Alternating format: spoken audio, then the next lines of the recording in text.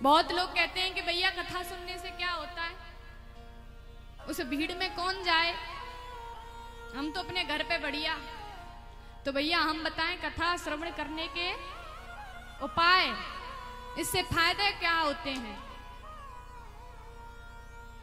कथा सुनने से भैया यश कीर्ति मान प्रतिष्ठा बल प्रतिष्ठा सब मिलता है, लेकिन आपको विश्वास होना चाहिए भागवत के प्रति, भगवान के प्रति विश्वास होना चाहिए, तब जाकर के आपको ये सब चीजें मिलेंगी। ये सब बातें अनुभव करने वाली हैं। महाराज आप जितनी देर कथा में बैठे रहोगे उतनी देर संसार की बातों से दूर रहोगे। पुराणों में वर्णन है कि जहां पर हरि की कथा नहीं होती वहां पे तो जाना ही नहीं चाहिए।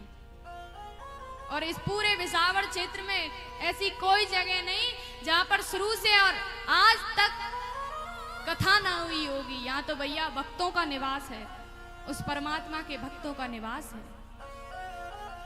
यहाँ की भूमि तो भैया तीर्थराज प्रयाग है, क्योंकि जिस भूमि पर श्रीमद् भागवत की नाम ध्वनि भी जहाँ पे हो जाती है वो तो भूमि वृंदावन कहलाती है। और आप लोगों ने यहाँ पे आके इस भूमि को वृंदावन बना दिया, बड़े सौभाग्य की बात है। ये तो पाप नाश करने वाली भूमि है। किसी ने प्रश्न किया जब पूरी सृष्टि परमात्मा का शरीर है तो परमात्मा अवतार क्यों लेते हैं, परमात्मा अवतार क्यों लेते हैं। तब बताया पूरी सृष्टि परमात्मा का शरीर है और ये भारत भूमि परमात्मा का हृदय है।